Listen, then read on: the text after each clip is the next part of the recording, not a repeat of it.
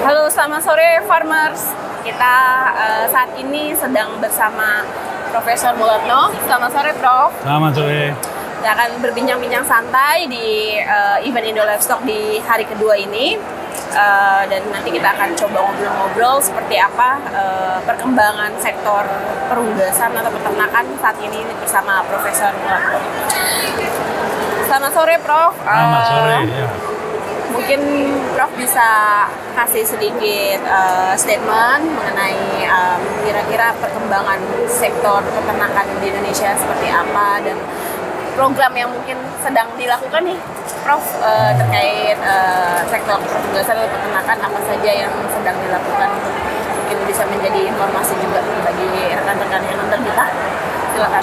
Baik, secara umum peternakan di Indonesia maju ya, maju, perunggasan juga luar biasa.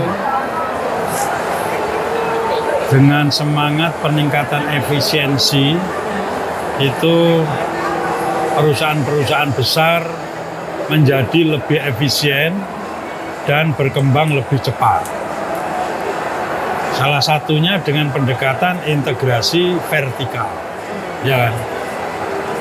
Yang mana dalam usaha atau integrasi vertikal ini pengusaha mempunyai segalanya, mulai dari bibit, pakan, indukan, broiler, sampai restoran pun kadang-kadang dia punya.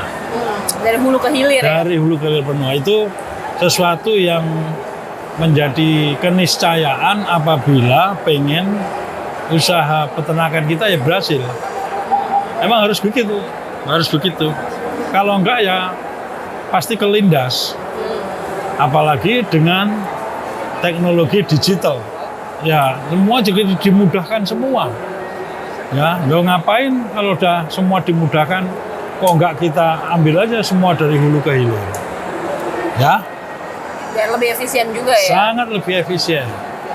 Nah, masalahnya yang bisa melakukan itu adalah perusahaan besar dengan kekuatan modal, kekuatan jaringan, dan kekuatan ilmunya dan lain sebagainya. Sangat bisa itu, ya. Dan harus didukung. Saya juga mendukung, pemerintah harus mendukung itu. Nah, terus kemudian nasib peternak gimana? Iya, betul. Posisi peternak gimana? Karena tentu pikiran mereka pun juga pengen menghidupkan peternak, tapi di sisi lain dia juga pengen efisien usahanya. Oleh karena itu, satu-satunya cara untuk bisa peternak itu hidup dan bisa berdampingan dengan integrasi vertikal, kita harus membuat integrator horizontal. Oh, integrator horizontal. Nah, prinsipnya integrasi horizontal itu peternak-peternak ini harus kolektif berjamaah supaya jumlahnya besar. Kalau peternak A punya 1.000 ekor, peternak B 5.000 ekor, peternak C 10.000 ekor, dan seterusnya kalau dijumlah jadi satu bisa 1 juta. Satu kecamatan misalnya itu. Bisa kan 1 juta. Nah, 1 juta ekor ini dikelola secara kolektif berjamaah, tapi harus didampingi oleh lembaga perguruan tinggi dan lembaga pemerintah kabupaten. Inilah yang disebut integrasi horizontal. Ya, jadi ini di budidayanya saja. Nah, terus peran pemerintah apa? Fasilitasi sarana prasarananya. Kalau nggak 100%, saran saya juga jangan 100%. 50% atau 25% cukup. Minimal peternak harus punya juga itu. Ya, punya sharing di situ. Punya sharing ya. Perguruan tinggi ilmunya berikan ke situ. Gratis? Tidak. Syariah. Keuntungan dari berbisnis kolektif berjamaah itu sekian persennya mau 1%, mau 2%, berikan ke riset and development di perguruan tinggi. Untuk pengembangan ke depannya Untuk ya? pengembangan ke depan. Jadi maksud saya, perguruan tinggi datang ke situ tuh ya nggak gratisan. Dibiayai oleh ayamnya itu. Tapi juga ketika ada program-program pemerintah, para dosen itu mari mencari proposal untuk mengembangkan di sini. Penelitian juga di tempatnya situ, jangan kemana-mana lagi. Di situ itu kembangkan. Kan dana banyak, perguruan tinggi pinter bikin proposal. Aplikasinya langsung Ya. ke ini. Tapi Prof, itu nanti bentuknya apakah itu kan dalam satu wilayah ya, misalnya dalam satu kecamatan atau satu desa, kan kita juga ada yang dana desa ya kalau pemerintah itu punya ya. Bisa. Apa itu dalam bentuk koperasi, nanti si peternak itu terintegrasi dalam bentuk koperasi sehingga lebih gampang memanage secara kelembagaan, atau seperti apa tuh Prof implementasinya? Terserah maunya peternak. Mau bikin mana yang paling memungkinkan, di mana perguruan tinggi dan pemerintah kabupaten, pemerintah desa itu bisa support ini. Tidak gampang, tetapi kalau kita komunikasi terus, ya lama-lama bisa. Nah, kan ini tengah ini budidaya. Kenapa nanti kita ajak kerjasama yang perusahaan bibitnya juga kita ajak kerjasama, gandengan itu.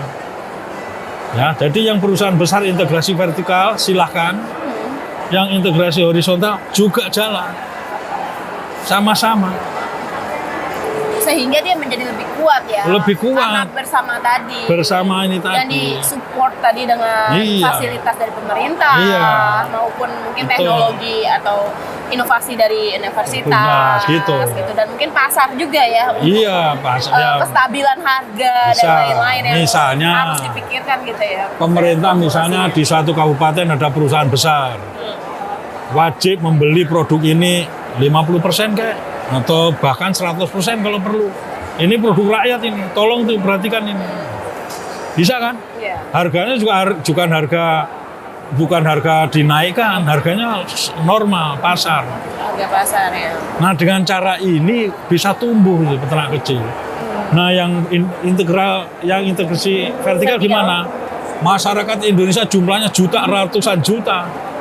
Itu udah untuk yang segmentasi pasarnya mereka udah besar. Ini ya cukup besar juga, tetapi tempatnya yang di dekat-dekat situ. Jadi juga memberdayakan di setiap wilayah ya, pengembangan kemajuan di setiap desa, setiap wilayah. Ya, jadi gitu. Sekarang orientasi saya bagaimana caranya gimana saya harus memintarkan peternak-peternak kecil itu. Masuklah, maka saya bikin sekolah peternakan rakyat. SPR itu ya? Iya, sekolah apanya? Memintarkan, mencerdaskan. Supaya mereka benar-benar ngerti apa itu maknanya integrasi horizontal. Dia kan nggak ngerti itu. Apa ini Pak mulai ngomong apa ini kan? Ya kira begitu. Prof, kemarin pas pembukaan saya sempat dengar dari Wamentan sempat menyampaikan informasi dan menyebut nama Pak Prof Muladi juga, katanya sedang ada proyek di Papua ya. SPR. SPR ya? SPR juga. Jadi memang kita baru mendeklarasikan SPR tanggal 22 Juni. Ada 6 SPR di sana. Di Papua ya? Papua, IPB punya itu. Oh.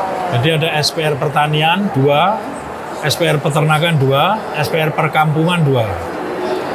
Tujuannya apa? Memintarkan peternak, memintarkan petani, memintarkan warga kampung. Untuk apa? Untuk bisnis kolektif berjamaah. Gitu.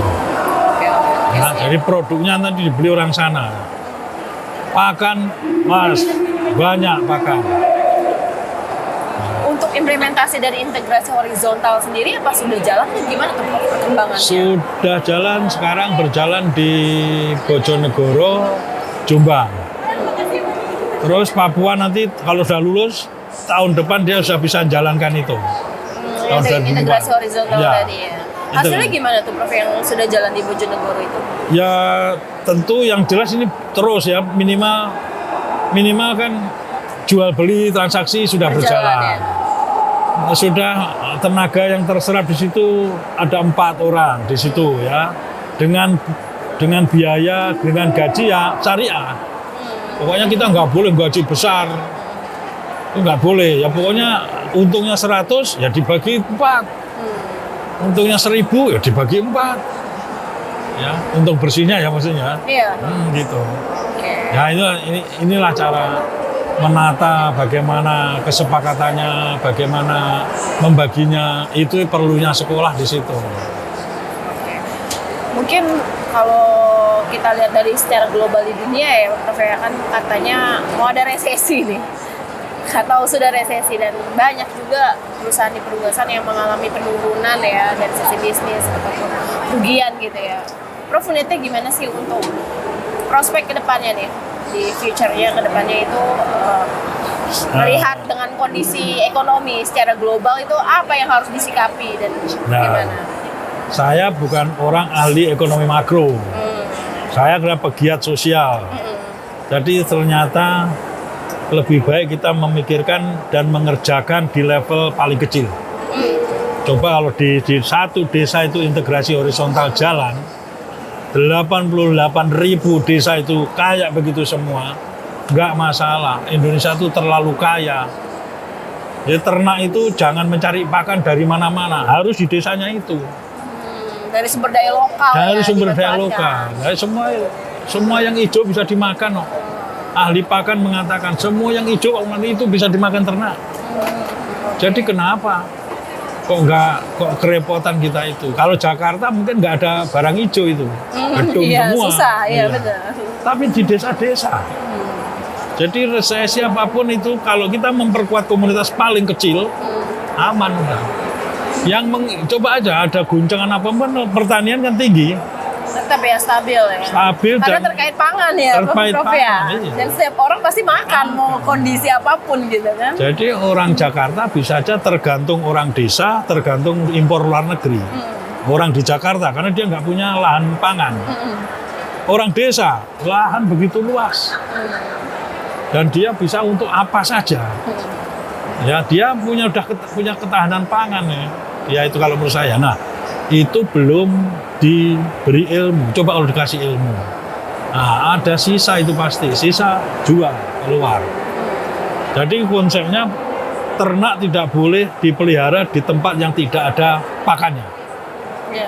Harus di situ ada. Ayam pun gimana? Tanam jagung di situ. Karena ayam butuhnya jagung. Dan lahan masih banyak untuk ditanami jagung. Tapi itu nggak ditanami.